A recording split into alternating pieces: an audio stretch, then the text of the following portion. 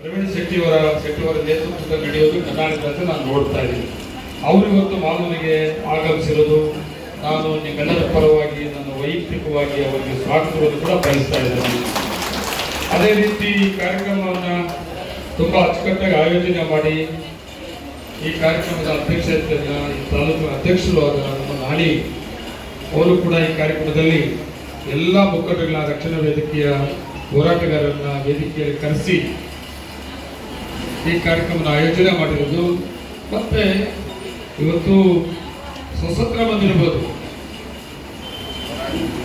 ಸ್ವತಂತ್ರ ಕೂಡ ಹೋರಾಟದ ಮುಖಾಂತರ ಬಂದಿದ್ದು ನಾವು ಮರೆಯೋಗಿಲ್ಲ.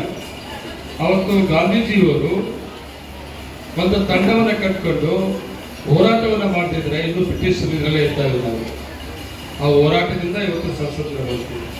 ಬಾಬಾ ಸಾಹೇಬ್ ಅಂಬೇಡ್ಕರ್ ಅವರು ಸಂವಿಧಾನ ಕೊಟ್ಟರು. ಆ ಸಂವಿಧಾನ ಅಡಿಯಲ್ಲಿ ಸ್ವತಂತ್ರ ಬಂದ ಮೇಲೆ ನಾವೆಲ್ಲರೂ ಕೂಡ ಮುಂದುವರಿಸ್ಕೊಂಡು ಹೋಗ್ತಾ ಇದ್ದೀವಿ. ಹೌದು, ಸ್ವತಂತ್ರ ಬಂತು, ಅಂಬೇಡ್ಕರ್ ಅವರು ಸಂವಿಧಾನ ಕೊಟ್ಟರು, ಇನ್ನೂ ಕೂಡ ಸಂವಿಧಾನದಲ್ಲಿ ಇರುವಂತಹ ಅವಕಾಶಗಳು ಇನ್ನೂ ತಲುಪಿಲ್ಲ ಜನಕ್ಕೆ ಬೇಕಂತಲ್ಲ. ಇನ್ನು ಅದಕ್ಕೂ ಇನ್ನೂ ಹೋರಾಟ ಬೇಕಂತದಲ್ಲ, ಅದೇ ಇನ್ನೂ ಹೋರಾಟ. ನಾನು ನೋಡ್ತೀನಿ, ನಾನು ರಕ್ಷಣಾ ವೇದಿಕೆಯವರ ಸಲ್ಲಿಸಲು ಪಾಪ ಹೋರಾಟ ಮಾಡೋದು ಯಾರು ಸರ್ಕಾರ ಸ್ಕೀಮ್ ಅಲ್ಲ. ಇದು ಒಂದು ಹೋರಾಟ ಮಾಡಬೇಕಂತ ಎಷ್ಟು ಕಷ್ಟ ಆಗುತ್ತೆ ಚೆನ್ನಾಗಿ ಗೊತ್ತಿದೆ ನನಗೆ. ನೀವೊಂಥರ ಹೋರಾಟ ಮಾಡ್ಕೊಂಡು ಬದಲಾವಣೆ ಮಾಡೋದಕ್ಕೆ ಕೇಸ್ಗಳು ಹಾಕ್ಸೋದು, ಆ ಕೇಸ್ಗಳು ಭಯ ಬಿಡದೆ ಮನೆ ಕೂತ್ಕೊಂಡೆ ಒಳ್ಳೆಯದಕ್ಕಾಗಿ ನಮ್ಮ ರಾಜ್ಯದ ಒಂದು ಏಳಿಗೆಗಾಗಿ ಯಾವುದೇ ಸಂದರ್ಭ ಬಂದಾಗ ರಾಜಕಾರಣಿ ಪ್ರತಿನಿಧಿಗಳು, ರಾಜಪ್ರತಿನಿಧಿಗಳು ರಾಜಕಾರಣ ಹಿಂದೆ ಇದ್ರೂ ಕೂಡ ಕನ್ನಡ ಸಂಘಟನೆಗಳು ಹೋರಾಟ ಮಾಡೋದ್ರಿಂದ ಎಲ್ಲ ರಾಜಕಾರಣಿಗಳಿಗೂ ಯಾವುದೇ ಸರ್ಕಾರ ಇರ್ಬೋದು ಒಂದು ಎಚ್ಚರಿಕೆ ಅವರು ಇಂಥ ಹೋರಾಟಗಳು ಬೇಕೇ ಬೇಕಾಗ್ತದೆ. ಒಂದು ಉದಾಹರಣೆ ಕೊಡ್ತೀನಿ ನಾನು. ಮಾಲೂರು ತಾಲೂಕು ತಮಿಳುನಾಡು ಗಡಿಯಲ್ಲಿದ್ದೀವಿ ನಾವು.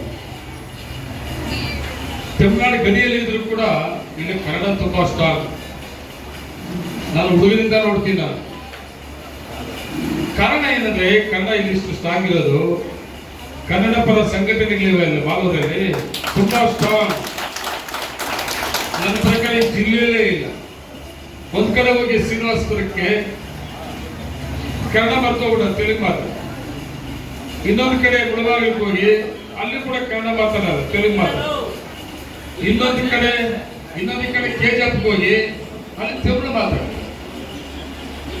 ನನಗೆ ಗೊತ್ತಪ್ಪ, ಕೋಲಾರಲ್ಲಿ ಅರ್ಧಂಬರ್ಧ ಮಾತು. ಕೋಲಾರ ಜಿಲ್ಲೆಯಲ್ಲಿ ಕನ್ನಡ ಸ್ಟ್ರಾಂಗ್ ಇದೆ ಅಂದ್ರೆ ಮಾಲೂರು. ನಾನು ಹುಡುಗರಿಂದ ನೋಡೋದು ಕನ್ನಡ ರಾಜ್ಯೋತ್ಸವ ಮಾಡ್ತಾ ಇದ್ರು. ಅವಾಗ ಹನುಮಂತನಿಗಿಂತ ಮೊದಲು ನಮ್ಮ ಇವರೆಲ್ಲ ಇದ್ರು, ಸಿದ್ದಣ್ಣು ಎಲ್ಲ ಅದ್ಭುತವಾಗಿ ಕನ್ನಡ ರಾಜ್ಯೋತ್ಸವ ಮಾಡೋದು. ನಮ್ಮನ್ನ ಹುಡುಗರಾಗ ನಾವು ಕನ್ನಡ ರಾಜ್ಯೋತ್ಸವ ಇಲ್ಲಿ ಬರೋದು ಏನು ಕನ್ನಡ ರಾಜ್ಯೋತ್ಸವ ನೋಡಕ್ಕೆ ಖುಷಿ. ಇವತ್ತು ನಾನು ಎಮ್ ಎಲ್ ಎ ಆಗಿದ್ದ ಆ ಥರ ಕನ್ನಡ ರಾಜ್ಯೋತ್ಸವ ಮಾಡ್ಬೇಕಂದ್ರೆ ಕಷ್ಟ ಆಗ್ತದೆ. ಆ ಥರ ಕನ್ನಡ ರಾಜ್ಯೋತ್ಸವ ಮಾಡ್ತಾ ಇರ್ತೀವಿ. ಅದ್ರ ಜೊತೆಗೆ ತಮಿಳುನಾಡು ಬಾರ್ಡರ್ ಇದ್ರು ಕೂಡ ನಾವು ತಮಿಳುನಾಡು ಮಾಲೂರ ಕರ್ಕೊಂಡಿಲ್ಲ, ತಮಿಳನ್ನ ಮಾಲೂರ ಕರ್ಕೊಂಡಿಲ್ಲ. ಅದೇ ಕನ್ನಡನ ಹೊಸೂರಿಂದ ಧರ್ಮಪುರವರೆಗೂ ಕನ್ನಡ ತಗೊಂಡು ಹೋಗಿದ್ದೀವಿ ನಾವು.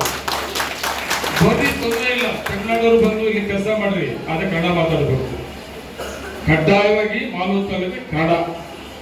ದೊಡ್ಡ ಇಂಡಸ್ಟ್ರೀಸ್ ಇದೆ ಇವತ್ತೆಲ್ಲ. ಇವತ್ತು ಹೊಸ ಇಂಡಸ್ಟ್ರೀಸ್ ಇದೆ. ಮೊದಲಿಗೆ ಇಟ್ಟಿಗೆ ಫ್ಯಾಕ್ಟ್ರಿಗಳು ಮತ್ತೆ ಎಂಚಿನ ಫ್ಯಾಕ್ಟ್ರಿಗಳು ಇದನ್ನೆಲ್ಲ ಕೆಲಸ ಮಾಡಕ್ ಬರುವು. ಅದವರು ಕನ್ನಡ ಮಾತಾಡ್ತಾ ಇದ್ರು.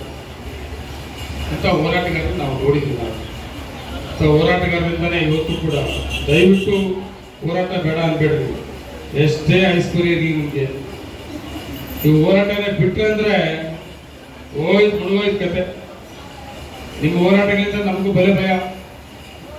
ರಾಜಕಾರಣಿಗಳಿಗೆ ಎಲ್ಲಿ ಏನು ಮಿಸ್ಟೇಕ್ ಮಾಡ್ತೀವೋ ಬೀದೇ ಬರ್ತಾರಪ್ಪ ಹೋರಾಟಗಾರರು ಅಂತ ಹೇಳ್ಬಿಟ್ಟು ಈ ವೋಟರ್ಸ್ನು ಭಯ ಇರಲ್ಲ. ವೋಟರ್ಸ್ನು ಒಂಥರ ಆಗ್ಬಿಟ್ಟವ್ರು. ನಾವೇ ಮಾಡಕ್ಕೆ ಬಿಟ್ಟಿದ್ವಿ ಅವ್ರು. ಪಾಪ ವೋಟರ್ಸ್ನು ತಪ್ಪಿಲ್ಲ ಅವರು. ನಾನು ವೋಟರ್ಸ್ ನಾನು ಖಂಡ ಮಾಡಕ್ಕೆ ಹೋಗಲ್ಲ. ನಾವು ರಾಜಕಾರಣಿಗೆ ಕೆಡಿಸ್ಬಿಟ್ಟಿದ್ವಿ ಅವ್ರನ್ನ. ವೋಟರ್ಸ್ನ ದುಡ್ಡು ಕೊಡೋದು, ಓಟ್ ಹಾಕ್ಸ್ಕೊಂಡೋದು, ಆಮೇಲೆ ದುಡ್ಡು ಮಾಡಕ್ಕೆ ಹೋಗೋದು. ರಾಜಕಾರಣ ಏನಾಗ್ಬಿಟ್ಟಿದೆ, ರಿಯಲ್ ಎಸ್ಟೇಟ್ ರಾಜಕಾರಣ ಮಾಡೋರು. ಈಗ ರಿಯಲ್ ಎಸ್ಟೇಟ್ ಬಂದ್ಬಿಡ್ತು ರಾಜಕಾರಣಕ್ಕೆ.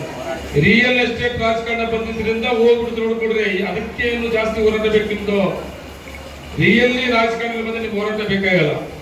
ರಿಯಲಿ ಹೋರಾಟಗಾರ ಬರುತ್ತಾ ಒಂದು ಹೋಗ್ಬಿಡದೆ ದುಡ್ಡಿದ್ರೆ ರಾಜಕಾರಣ. ಈಗ ನಾನು ಯಾಕೆ ಹೇಳ್ತೀನಿ ಮಾತಂದ್ರೆ, ನಾನು 86ರಲ್ಲಿ 22 ವರ್ಷಕ್ಕೆ ಟೇಕಲ್ ಹೈಸ್ಕೂಲ್ ಬಿಟ್ಟು ಮನೆಗೆ ಹೋದಾಗ ಯುವಕ ರೈತ ಸಂಘ ಅಂತ ಕಟ್ಟಿದೆ. ಯಾವಾಗ 84ರಲ್ಲಿ ಯುವಕ ರೈತ ಸಂಘ ಅಂತ ಕಟ್ಕೊಂಡೆ ಊರಲ್ಲಿ. ನಮ್ಮೂರಲ್ಲಿ 35 ಜನ ನಮ್ಮ ಹುಡುಗರು ಕೊಮರಳ್ಳಿಯಲ್ಲಿ 1 ರೂಪಾಯಿ ಹಾಕೊಂಡು ದುಡ್ಡು ಅಧ್ಯಕ್ಷರು 1 ರೂಪಾಯಿ 35 ರೂಪಾಯಿ.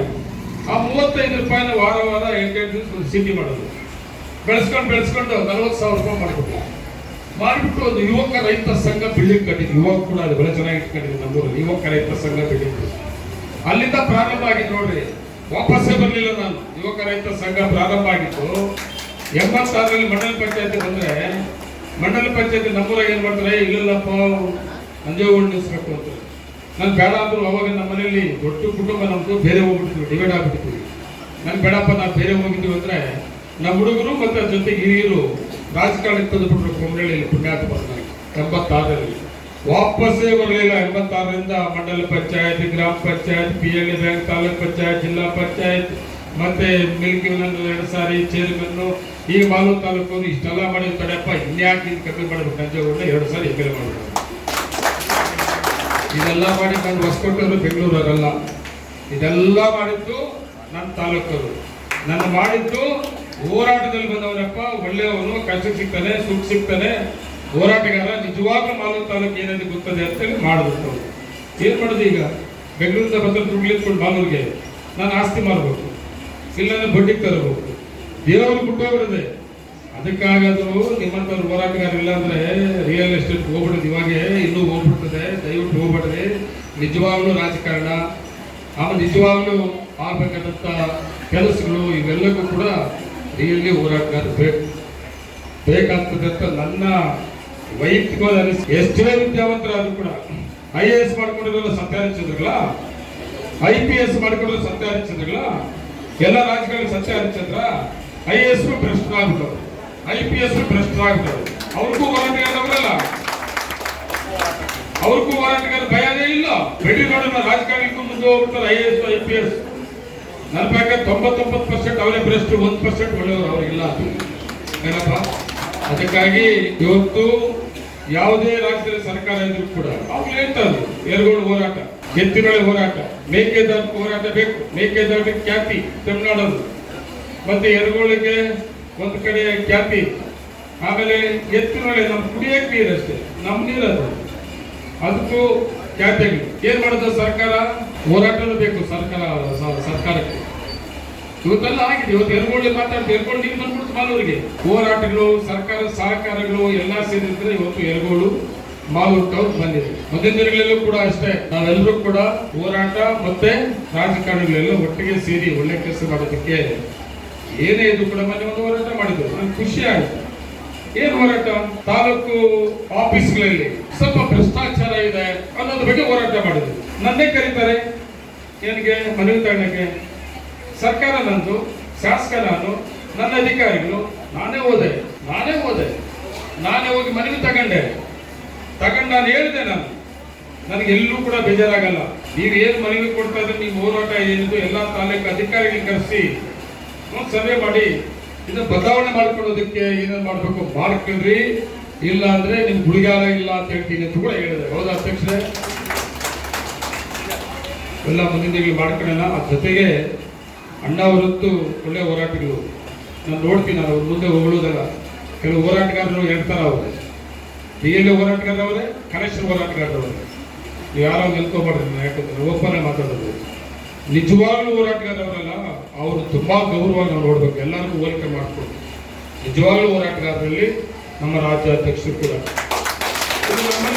ತಾಲೂಕುಗಳಲ್ಲಿ ಅವರೇ ಏನೇ ಕೂಡ ನೇರವಾಗಿ ಬಂದು ಡಿಸ್ಕಸ್ ಮಾಡ್ತಾರೆ. ಇದು ಸರಿನಾ ಸರಿನಾ, ಇದು ಆಗ್ಬೇಕಾ ಆಗ್ಬೋದು, ಇದು ಮಾಡ್ಬೇಕು ಅನ್ನೋದು ಬೇಕಾ ಅವ್ರ ಬಗ್ಗೆ. ಸುಮ್ಮನೆ ಹೋರಾಟ ಮಾಡ್ಕೊಂಡಿರೋದಿಲ್ಲ. ಹೋರಾಟ ಮಾಡೋದ್ ಬದಲು ಅದು ಸಂಬಂಧಪಟ್ಟಂತ ಮಾತಾಡಬೇಕು. ಸರಿ ಮಾಡ್ತೀರಾ? ಸರಿ ಮಾಡ್ತೀವಿ. ಇಲ್ಲ ಅಂದ್ರೆ ನಾವು ಹೋರಾಟ ಮಾಡ್ತೀವಿ. ಸರಿ ಮಾಡ್ಕೊಂಡ್ರೆ ಸನ್ಮಾನ ಕಳ್ಳಿಂದ ಇಲ್ಲ ಅಂದ್ರೆ ಹೋರಾಟ. ಈ ಒಂದು ವಾತಾವರಣ ಬರಬೇಕು. ಕೆಲವು ಕಡೆ ಅದಿಲ್ಲ. ಒಳ್ಳೆ ಆಫೀಸ್ ಮಾಡ್ಕೊಂತಾರೆ, ಆಫೀಸ್ ಮಾಡೋದು ಕೂತ್ಕೊಂಡು ಬ್ಲಾಕ್ ಮೇಲ್ ಮಾಡ್ತಾ ಇರೋದು. ಅಧಿಕಾರಿಗಳು ಬ್ಲಾಕ್ ಮೇಲ್ ಮಾಡೋದೆ, ರಾಜಕಾರಣಿಗಳು ಬ್ಲಾಕ್ ಮೇಲ್ ಮಾಡೋದೆ. ನಾವು ಹೋರಾಟಗಾರರು ಅಂತ ಹೇಳೋದು. ಇಂಥ ಹೋರಾಟಗಾರ ನಾವ್ಯಾರು ಭಯ ಬಿಡಲ್ಲ. ಎಲ್ಲಿ ಹೋರಾಟಗಾರರವರು ನಿಜವಾಗ್ಲೂ ಬೇಕು. ಈ ದೇಶ ಹೋರಾಟದಲ್ಲಿ ಕಟ್ಟಿರೋದು, ಮುಂದಿನ ದಿನಗಳು ಹೋರಾಟಗಾರ ಬೇಕು. ಅಂತ ಹೋರಾಟಗಾರರಿಗೆ ನಾವು ಗೌರವನ ಕೊಡಬೇಕು. ಅಂತ ಕೆಲಸವನ್ನ ನಾವು ಮಾಡಬೇಕಾಗ್ತದೆ. ವಿಶೇಷ ಊಟದ ಟೈಮ್ ಆಯ್ತು. ಅನ್ನವನ್ನು ಕೇಳಿದ್ರೆ ಊಟ ಮಾಡಿದ್ರೆ ಅಂದ್ರೆ ಇನ್ನೂ ಊಟ ಇಲ್ಲ ಅಂದ್ರು. ದಯವಿಟ್ಟು ಇನ್ನೂ ಒಂದು ಕಾರ್ಯಕ್ರಮ, ಒಳ್ಳೆ ಕಾರ್ಯಕ್ರಮ ಮಾಡೋದಕ್ಕೆ ಕರೆಸ್ರಿ. ನಾವೆಲ್ಲರೂ ಒಟ್ಟಿಗೆ ಸೇರ್ಕೊಳ್ಳೋಣ. ಏನೇ ಇದ್ರು ಕೂಡ ಒಳ್ಳೇದು ಮಾತಾಡ್ಕೊಂಡು ನನ್ನ ತಾಲೂಕಿನ ಜನತೆಗೆ ಒಳ್ಳೆ ಆಡಳಿತ ಕೊಡೋದಕ್ಕೆ ನಿಮ್ಮ ಸಹಕಾರ ಕೂಡ ನನಗಿರಲಿ ಅಂತ ಹೇಳಿ ಈ ಕಾರ್ಯಕ್ರಮದ ಭಾಗವಹಿಸಕ್ಕೆ ನನಗೆ ಅವಕಾಶ ಮಾಡಿಕೊಡಿದ್ರಿ. ನಿಮಗೆ ಗಾಂಧಿ ಜಯಂತಿ ಮತ್ತೆ ಲಾಲ್ ಬಹದ್ದೂರ್ ಶಾಸ್ತ್ರಿ ಜಯಂತಿಯ ಶುಭಾಶಯಗಳು ಕೂಡ ಕೋರ್ತಾ ಇದ್ದೀನಿ. ನಮಸ್ಕಾರ.